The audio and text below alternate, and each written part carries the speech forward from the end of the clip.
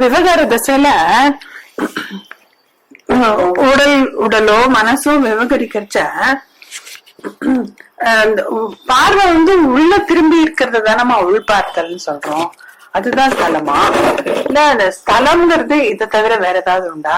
இப்ப நம்ம ஒரு தெருவுல நடந்து போயிட்டே இருக்கோம், இல்ல வீட்டுக்குள்ளே இருக்கோம், ஏதோ ஒரு காரியம் பண்ணச்ச இந்த உடல் செய்கையும் போது உடல்ல பட்டு தெரிக்கிறச்ச இது நானுங்கிற பாவம் வருது, அதை பார்த்துட்டே இருக்கிறச்சா நம்ம உணர்வு ஜோன்ல என்டர் பண்ணிடுவோமா? இல்லைன்னா ஸ்தலம்ங்கிறது குறிப்பிட்டு என்னதுமா? இப்ப நீயே சொன்ன, அதாவது தெருவில் நடந்துட்டு இருக்கும் பொழுது அந்த நடத்தல் உடல் மூலமா உணரப்படுற இடம் நான் நான் நான் அது ஒரு வார்த்தை கிடையாது. அது ஒரு புள்ளியில இருக்கிற ஒரு புள்ளியில சொரூபம் இருக்கிற ரெஃபரன்ஸ் பாயிண்ட்.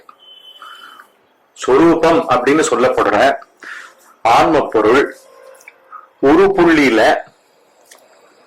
அதாவது சொரூபத்தினுடைய எந்த தன்மையும் மங்கல குறையல. ஒரு புள்ளியில இருக்கும் பொழுது சொரூபம் சொரூபமாவே இருக்கு. சத்து சித்து ஆனந்தமயமாவே இது இருந்துட்டு இருக்கு. செயலின்மையாவே இருந்துட்டு இருக்கு. பாகுபாடற்றதாவே இருந்துட்டு இருக்கு. அந்த ஸ்தலத்தை ஒரு ஹியூமன் பீயிங் ஒரு நடத்தல், யோசித்தல், பேசுதல் அப்படின்னு எல்லாம் நடக்கும் பொழுது அந்த அந்த அதே புள்ளிய நான் அப்படின்னு சொல்றான். அகம் ஸ்புரணம்ன்றான். அகம்னா நான். நான் ஸ்புரிக்கிறதுனாலதான் அந்த நான் பூரண சுரூப ஸ்புரிப்பு. பூரண சுரூபம் ஒரு புள்ளியில ஸ்புரிக்கிறது. நீ நடந்துட்டே இருக்க, அந்த தேகம் ஏதோ ஒரு கொடியில வளர்த்தி இருக்கிற துணி மாதிரி, காத்தாடின்னு இருக்கா மாதிரி, காற்றுல ஆடின்னு இருக்கா மாதிரி உன்னுடைய தேகம் ஒவ்வொரு நடையா ஒவ்வொரு ஸ்டெப்பா நடந்துட்டு போயிட்டே இருக்க. இதுவும் ஒரு கொடியில வளர்த்தி இருக்கிற ஒரு துணி காற்றில் ஆடுதலும் ரெண்டும் ஒண்ணு. ஆனா கொடியில வளர்த்தி இருக்கிற துணி காற்றில் ஆடுதல் அப்படின்றது ஜட இயக்கம், கம்ப்ளீட்டா ஜட இயக்கம். காற்று அங்கு அதை அந்த துணியை அசைவித்துக் கொண்டிருக்கின்றது. இங்க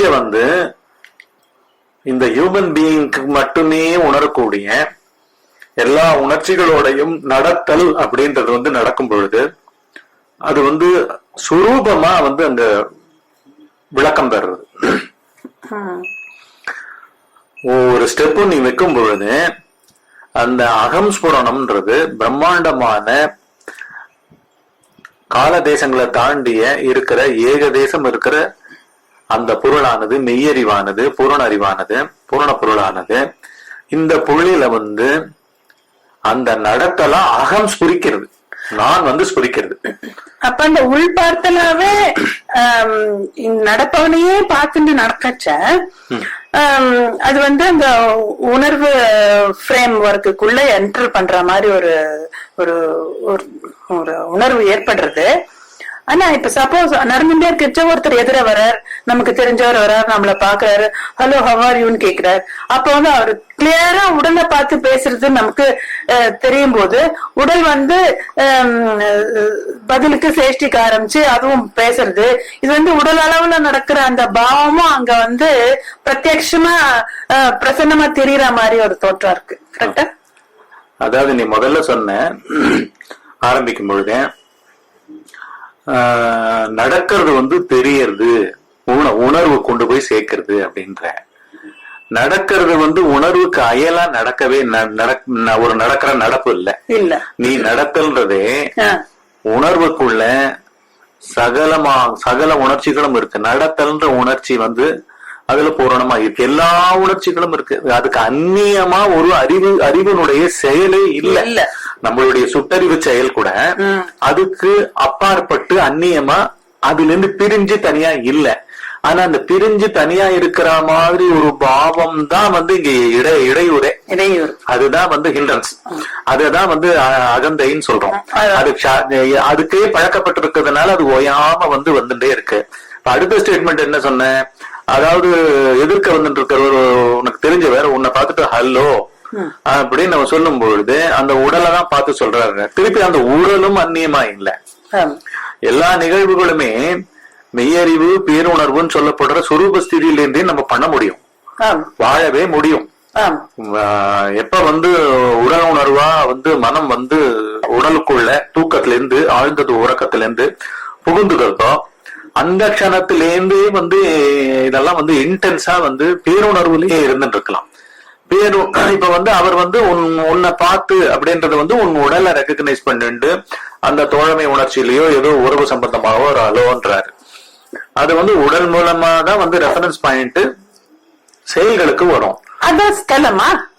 ஆமா, அந்த புள்ளி இப்ப வந்து அவர் அலோன்னு சொல்றதும் வந்து உணர்வுக்குள்ளேந்து திரிக்கிறது. உணர்வு வந்து அவரை உனக்கு தெரிஞ்ச அந்த உறவா ரெகக்னைஸ் பண்றது, அந்த ஸ்பாட் எல்லாமுமே உணர்வுக்கு அந்நியமாவே இல்லை.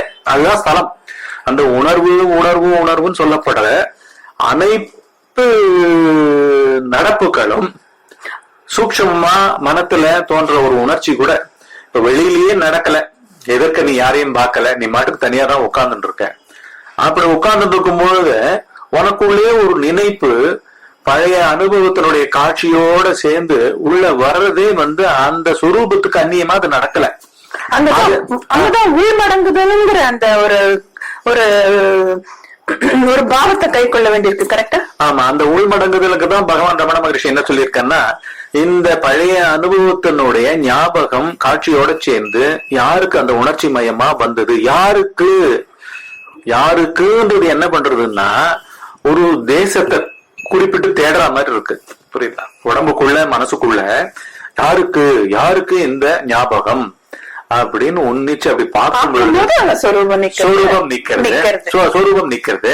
இது வந்து ஒரு இரண்டாம் கட்ட, அதாவது இரண்டாம் படியான விசாரத்தினுடைய தன்மை. இதுக்கும் முன்னாடி வந்து ஒரு ஃபர்ஸ்ட் ஸ்டெப் ஒண்ணு இருக்கு. அது என்ன சொல்றாருன்னா, அது உபதேச உந்தியார்ல அந்த பாட்டாவே சொல்லியிருக்காரு. உதித்த இடத்தில் ஒடுங்கி இருத்தல் யோகம் பக்தி ஞானம் இது உந்தி பெற, உண்மை உணர்ச்சியாம் இது உந்தி பெற அப்படின்றாரு. அதாவது யோகம்னா என்ன? ஐக்கியம், ஐக்கியமாவே இருத்தல், அதுதான் யோகம். அதாவது ஒன்றுபட்ட நிலை. இங்க வந்து உதித்த இடம் தான் அங்க முக்கியம். ஸ்தலம் ஸ்தானம் இதுதான் முக்கியம். ஸ்தலம்ன்றதும் ஸ்தானம்ன்றதும் இதுதான் முக்கியம். இதுதான் முதல் ஸ்டெப். முதல் ஸ்டெப்னா எல்லாமுமே வந்து மனிதனுக்கு ஒரு தனி மனிதனுக்கு அவனுக்குள்ள இருந்து ஸ்புரிச்சுன்னு இருக்கு. அதாவது ஸ்புரித்து துடித்து வெளில வந்துட்டே இருக்கு.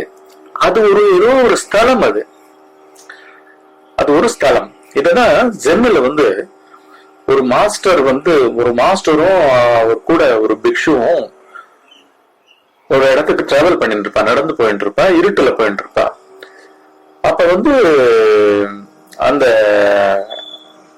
பிக்ஷு வந்து கையில வந்து ஒரு கண்ணாடி கூடுல இருக்கிற ஜோதி ஒரு தீபத்தை எடுத்துட்டு போயிட்டு இருப்பான். வெளிச்சத்துக்கோசரம் அவன் எடுத்துட்டு போயிட்டு இருப்பான். அப்போ இதே கேள்விய மாதிரியே அவளும் கேள்வி கேட்கிற மாதிரி ஒரு இது இருக்கும். எல்லாம் எங்கிருந்து வருது அப்படின்னு அவன் கேட்பான். எல்லாம் இந்த பிரம்மாண்டம் அனைத்தும் என்னுடைய மனத்திலிருந்து உதிக்கிற ஒரு சின்ன உணர்ச்சியா இருக்கட்டும், சகலமும் எங்கிருந்து வருது? உதிக்கிறதுன்றது அவனே யூஸ் பண்றான். இப்ப பகவான் யூஸ் பண்ற மாதிரி உதித்த இடம் அப்படின்னு சொல்ற மாதிரி அவனும் அதை யூஸ் பண்றான். இதெல்லாம் எங்கிருந்து வருது? அந்த ஸ்தலம் என்ன ஸ்தலம் அப்படின்னு அவன் கேட்பான். உடனே மாஸ்டர் என்ன பண்ணுவாரு, அந்த அவன் கையில வச்சுட்டு இருக்கிற லாந்தரனுடைய மூடியை ஓபன் பண்ணி வாயால ஊதி அந்த தீபத்தை அணைச்சிடுவார். டபால்னு அணைச்சிடுவார்.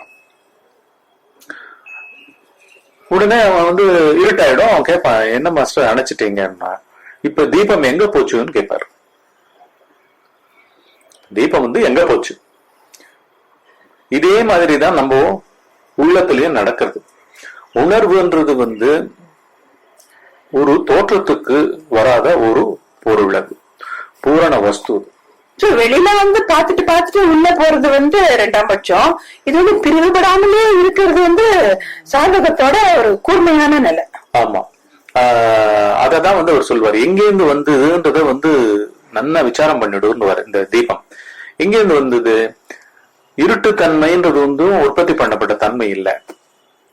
ஒரு கையால ஏற்றப்பட்ட விளக்கு இல்லாட்டி எலக்ட்ரிக் பல்பு இதெல்லாம் கண்டுபிடிப்பு. கரண்ட பாய்ச்சி அதை கொண்டு வரும், விளக்கை எரிய வைக்கிறோம், டியூப்லைட்டை எரிய வைக்கிறோம். இங்க தீபத்தையும் அதே மாதிரிதான் பண்றோம். எல்லாத்தையும் சேர்த்து எண்ணெய், திரி,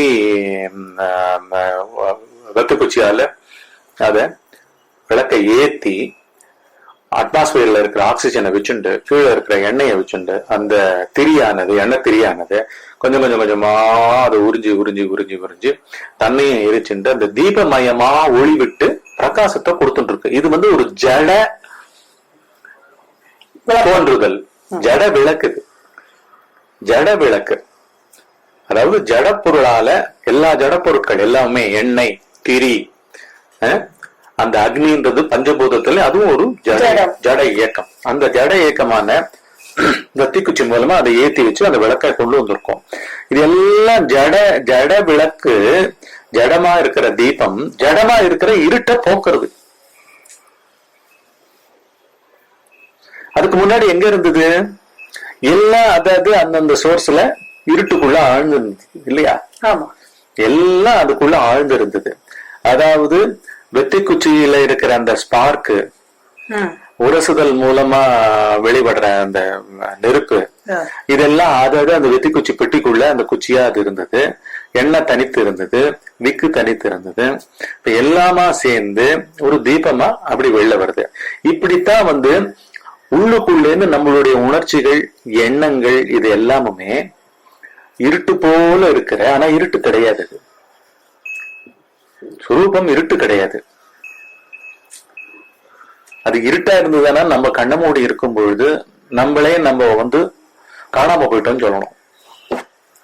ஸ்தூல விளக்க சார்ந்து இருந்ததுன்னா தூக்கத்துல ஒவ்வொருத்தரும் எங்கேயோ காணாம போயிட்டு திருப்பி உடல் உணர்வா அந்த உணர்வு நுழையும் பொழுது, பேருணர்வு நுழையும் பொழுது அப்பதான் பிறந்தா மாதிரி இருக்கணும். நடுவுல நடந்த பாஸ் பீரியட் மாதிரி இருக்கிற ஆழ்ந்த உறக்கம் தெரியவே கூடாது. ஆனா அப்படி கிடையாது.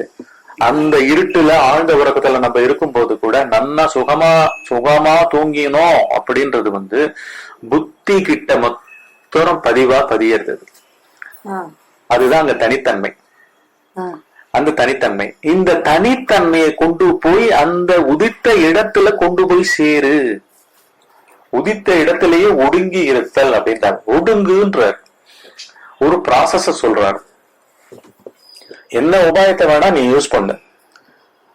நீ ஒரு உணர்ச்சி உதிக்கிற இடம், ஒரு ஞாபகம் உதிக்கிற இடம், ஒரு எண்ணமா மாறுகின்ற இடம், ஒரு பலவித வினை செயல்களா, அதாவது திட்டம் போடுதல், முடிவெடுத்தல், நிராகரித்தல், வேண்டுதல், விரும்புதல், ஆசைப்படுதல்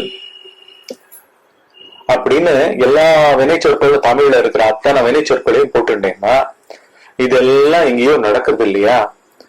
அது நடக்கிறதுக்கு அதுவா மாறுறது. ஒரு திட்டம் போடுதலா ஒருவன் அருகதையுள்ள ஒரு புத்தி உள்ள இண்டிவிஜுவலா மாறுறதுக்கு முன்னாடி இருக்கிற ஸ்தலம் ஸ்வரூபம்,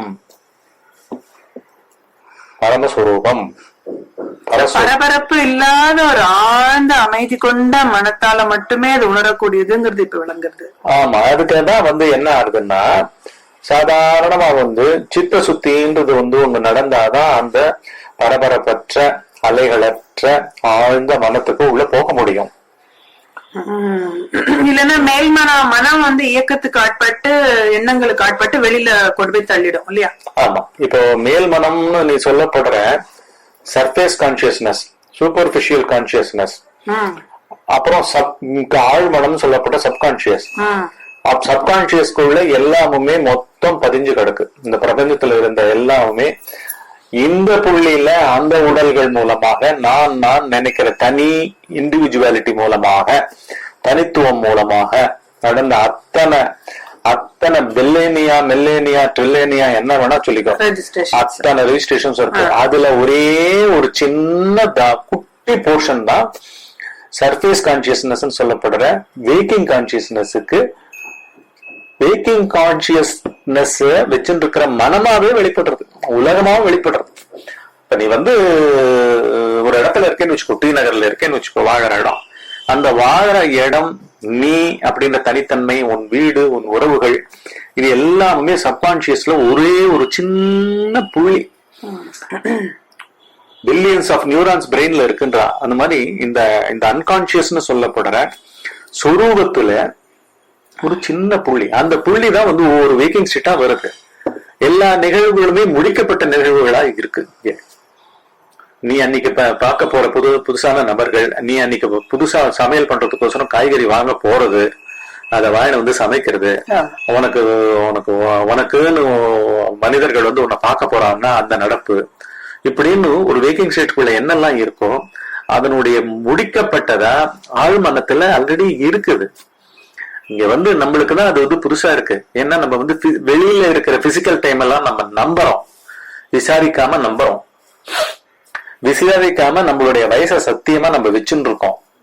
நானுன்றவளுக்கு சோ பெயரு, எனக்கு இன்ன வயசாகுது, நான் இந்த வருஷம் பிறந்தேன் அப்படின்னு சின்ன சின்ன தாட்டா கூட்டங்களா தாட் நிறைய கண்டிஷன்ஸா உள்ள உட்கார்ந்து அது அப்படியே கிறிஸ்டலைஸ் ஆகி ஸ்தூல ஈகோவா மாதிரி உலகத்திலேயே இயங்க ஆரம்பிச்சிருது.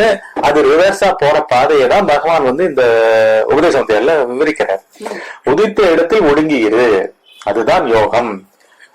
அப்படின்னா என்ன, அந்த இடம் பெரிய சுரூபம், அது உணர்வு சுரூபம், அறிவு சுரூபம், எதையும் சாராத சுய அறிவு சுரூபம். அதுல இருக்கும் பொழுது அதுவே ஞானம், அதுவே யோகம். இந்த உபதேசம் கிடைக்க பெற்று சித்த சுத்தி நடந்து இப்ப எனக்கு இவ்வளவு தூரம் எனக்கு தெரியலன்னு நிறைய பேர் குழம்புறதோ, இவ்வளவு எல்லாம் இருக்கா இதுக்குள்ள, அந்த இருட்டு பிரதேசம் சொல்லப்படுற ஆழ்ந்த உறக்கத்துல இருக்கிற இல்லாட்டி உதிக்கிற இடத்துல இருக்கிற அந்த ஸ்தலம் இப்பேற்பட்ட பிரம்மாண்டமா, இப்பேற்பட்ட பேரறிவு சுரூபமா, உணர்வு சுரூபமா, அதுக்கு ஒரு தனித்த காரணமே இல்லையா அது உண்டாவதற்கு? அதுதான் அன்பு, அதுதான் சிவம், அதுதான் சாந்தம், அதுதான் ஸ்தலம் அப்படின்னு ஒருத்தருக்கு புரிப்படலைன்னா இன்னும் சித்தத்தை வாசனைகள் சூழ்ந்திருக்குன்னு அர்த்தம். அந்த வாசனைகளுக்கு தான் என்ன பண்றது, இந்த ஆழ்மனம் என்ன பண்றது, தினம் வேக்கிங் ஸ்டேட்டா உற்பத்தி பண்ணி அவனை வினை கடல்ல கொண்டு போய் தள்ளி ஒவ்வொரு வினையும் பண்ணி பண்ணி பண்ணி அழுத்து போடுண்டா எனக்குன்னு சொல்லிட்டு டூயரே இல்லாமல், செல்பிஷ்னஸே இல்லாம செல்ஃப்லெஸ்ஸா வினைகளை ஆற்றுவதற்கு தலைப்படுறான்.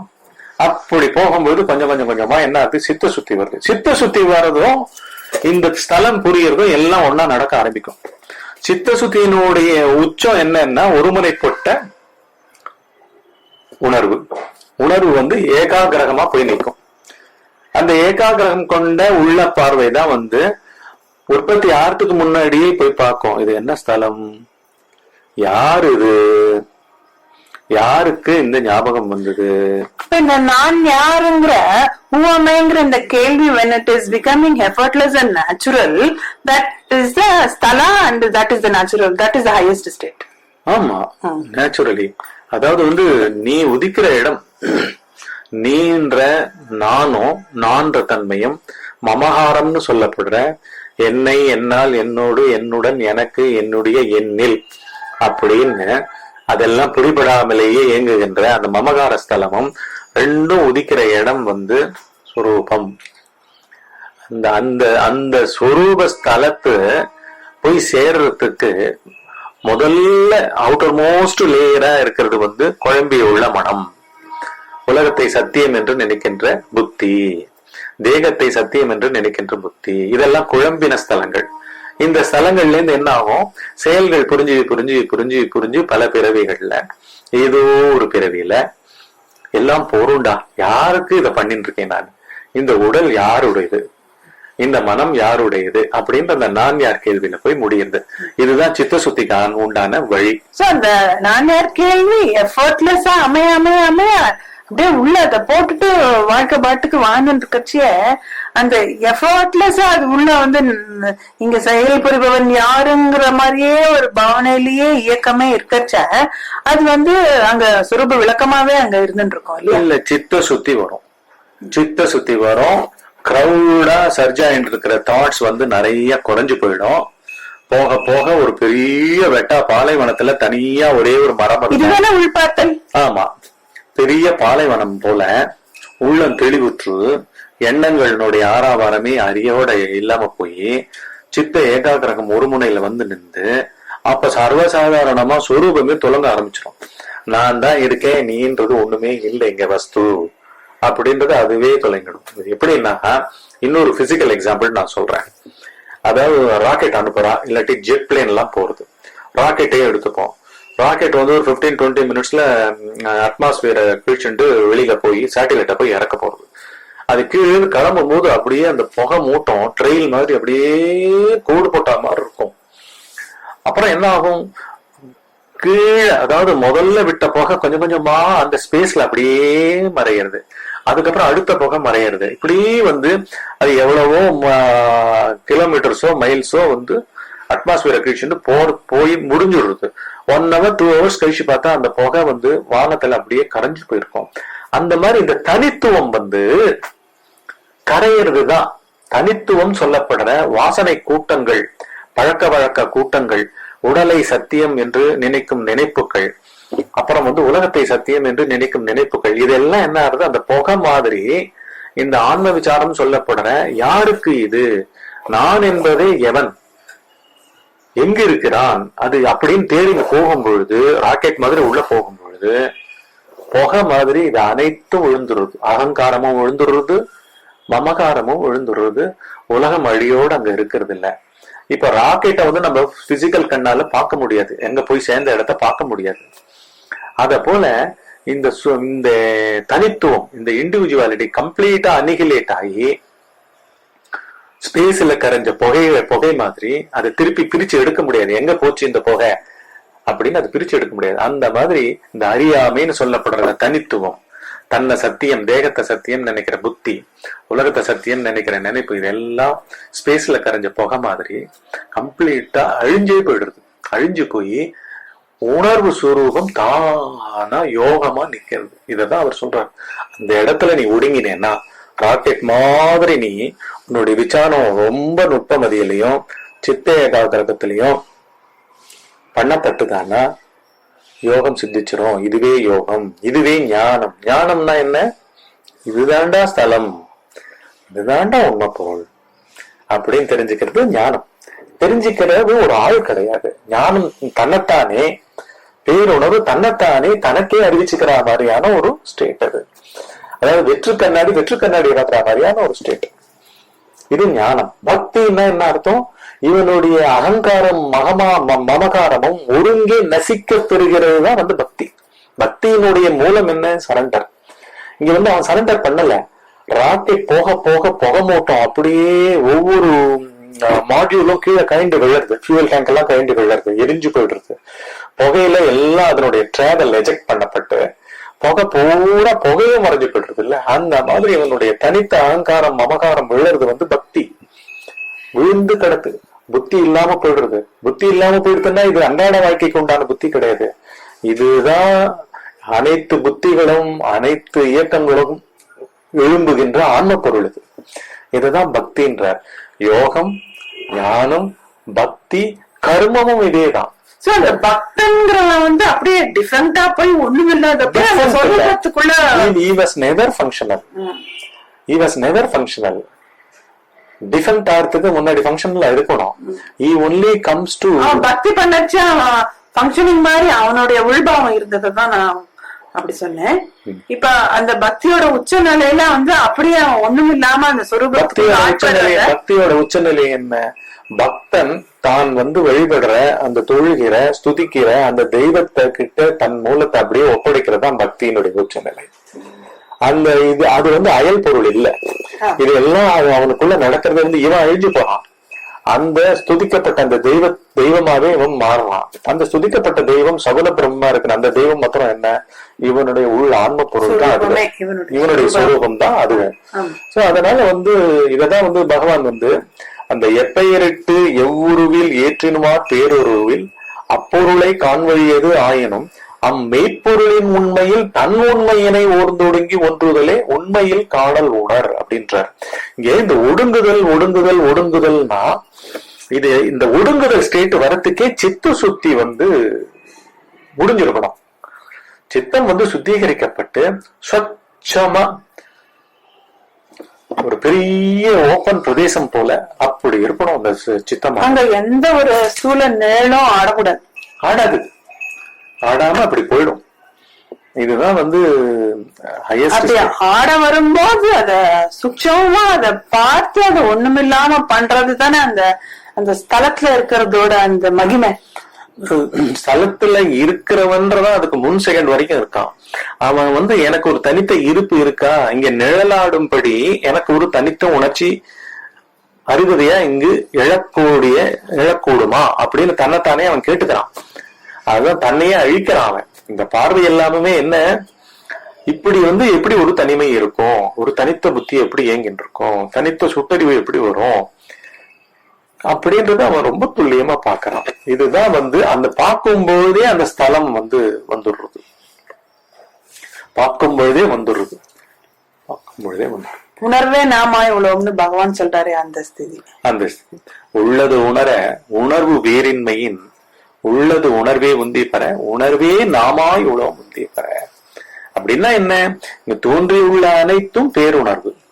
அதனாலதான் தனித்த செயல்கள்ல கூட இத நல்லா அழகா சிங்க்ரோனைஸ் பண்ணலாம். ஆன்ம விசாரம்னு சொல்லப்படுற தன்னைத்தானே அறிதல் விசாரித்தல் அன்றாட வாழ்க்கை செயல்களுக்கு துளி கூட விரோதம் இல்லை. எல்லா செயல் நிகழ்வுகள்லையும் உணர்வு வீரின்மையின் உணர்வே நாமாய் உளோம் அப்படின்றாரு.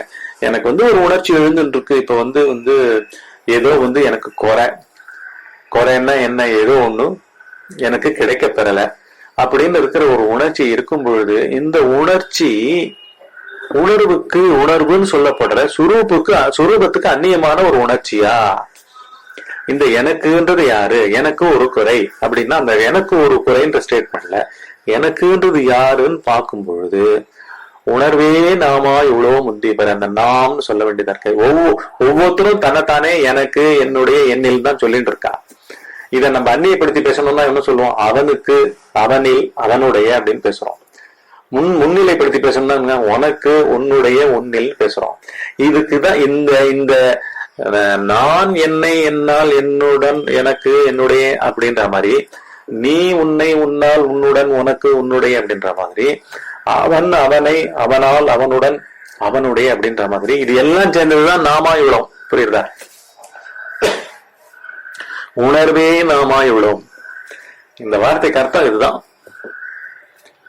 உணர்வு தான் இப்படி பாகுபட்டு தனித்த தேகங்கள்ல தனித்த மனங்களா தனித்த இண்டிவிஜுவாலிட்டியா ஒவ்வொருத்தரையும் நான் என்னை என்னால் என்னோடுன்னு விவகரிக்க வைக்கிறது. இது எல்லாம் உணர்வுலயே நடக்கிறதுனால உணர்வேதான் ஈகோ ஃபார்ம்ல கிறிஸ்டலைஸ் ஆன தனித்துவம் கிறிஸ்டலைஸ் ஆற விதமா இருக்கிற காட்சி அமைப்புலயே மறைப்புக்கு ஆட்படுது. எனக்கு ஒண்ணு வேணும்னா எனக்குன்றது ஒரு சாலிட் ஒரு பிசிக்கல் தேகம் கொண்ட ஒரு பர்சன் மாதிரி நான் நினைச்சுக்கிறேன். எனக்கு அது வேணுமே அப்படின்னு நான் ஏங்குறேன். இது எல்லாமே மறைப்பு. நான் என்ற ஒரு காட்சி பொருள் பேருணர்வுல இருக்கிறதுக்கு ஒரு சாத்தியக்கூறு இருக்கா அப்படின்றதுதான் விசாரம். அதுக்குதான் இந்த ஆன்ம ஞானம்ன்றது இது பண்றது. உபதேசங்கள் அனைத்தும் அதை நோக்கிதான் போறது. உள்ளது உணர உள்ளது உணர்வு தான். உணர்வுன்றது வேறின்மையின் அப்படின்னா நானாவே இருக்கு அந்த உணர்வு அப்படின்றாரு. நீயாவே இருக்கு, அவனாவே இருக்கு, எல்லாமாவே அது இருக்கு. உணர்வு வேறாக இல்லாததால் உள்ளது உணர்வே அப்படின்றார். இருக்குது உணர்வு ஒண்ணுதான் இருக்கு. தனித்த உணர்ச்சி இல்லை, தனித்த வேணும் இல்லை, தனித்த நாட்டம் இல்லை, தனித்த நிராகரித்தல் இல்லை, தனித்த வினைகள் எதுவுமே இல்லை. அந்த உணர்வே நாமா இவ்வளவுன்றாரு. இந்த நாம்ன்றதுதான் திருப்பி திருப்பி நான் சொல்றேன். உணர்விலேயே தோன்றி இருக்கிறச்ச உலகமே முற்றும் இல்லாதவே போயிடுறதுனால அந்த வெளிப்பார்த்தல்ங்கிற பாவமே அற்று அது யதார்த்த உள் ஸ்திதியிலேயே அத அப்படியே இந்த விளக்கு அணைக்காக்குற மாதிரி ஒரு பாவத்திலேயே அது போய் விழறது இல்லையா? நீ வெளிப்பார்த்தல்னு சொல்றது திருப்பி உடலை ஒட்டி வெட்டி உடலை ஒட்டி அது வந்து உணர்வே நாமா இவ்வளோங்கிறதுலயே அது வந்து ஸ்திதியில வந்து அமையச்ச அந்த வெளியில போக வேண்டியது வெளியிலே ஒண்ணும் இல்லங்கிறது அப்படியே செட்டில் ஆயிடுறது. செட்டில் ஒண்ணும் இல்லைன்றது வந்து விவேகத்திலேயே செட் ஆயிடும். அதுக்கு அடுத்ததுதான் விசாரம். தனித்து அகந்தை உள்ள புரியிற சேட்டைகளை பாக்குறது தான் விசாரம். அகந்தையா வெளி உலகமாகவும் தன்னுடைய தேகமாகவும் இருக்கிறத பண்றது பேர் விவேகம். சோ விவேகம் முடிஞ்சுடுத்துனாலே வெளிப்பார்வை போறதுன்றது வந்து வெளிப்பார்வை விவேகம் முடிஞ்சாலே போயிடும். விவேகம்ன்றது ஃபர்ஸ்ட் ஸ்டெப். நித்திய வஸ்து விவேகம்ன்றது ஃபர்ஸ்ட் ஸ்டெப். அப்புறம் அது வந்து எங்க கொண்டு போய் சேர்க்கிறது? ஆன்ம விசாரம்னு உள்ள திடமா ஒரு சத்தியம் இருக்கு, உண்மை பொருள் இருக்கு, பேருணர்வு இருக்கு. இந்த அண்ட பேரண்டங்களா உதிக்கிற அனைத்தும் இங்கிருந்து தான் எழும்புகின்றன அப்படின்ற கன்விக்ஷன்ல பாக்குறது பேரு தான் விசாரம். ஆன்ம பொருளை தேடி பண்றது பேரு தான் ஆன்ம விசாரம். இது ரெண்டாவது அடுத்த ஸ்டெப். அதுக்கப்புறம் அது அனுபவமா போய் சித்திக்கிறது.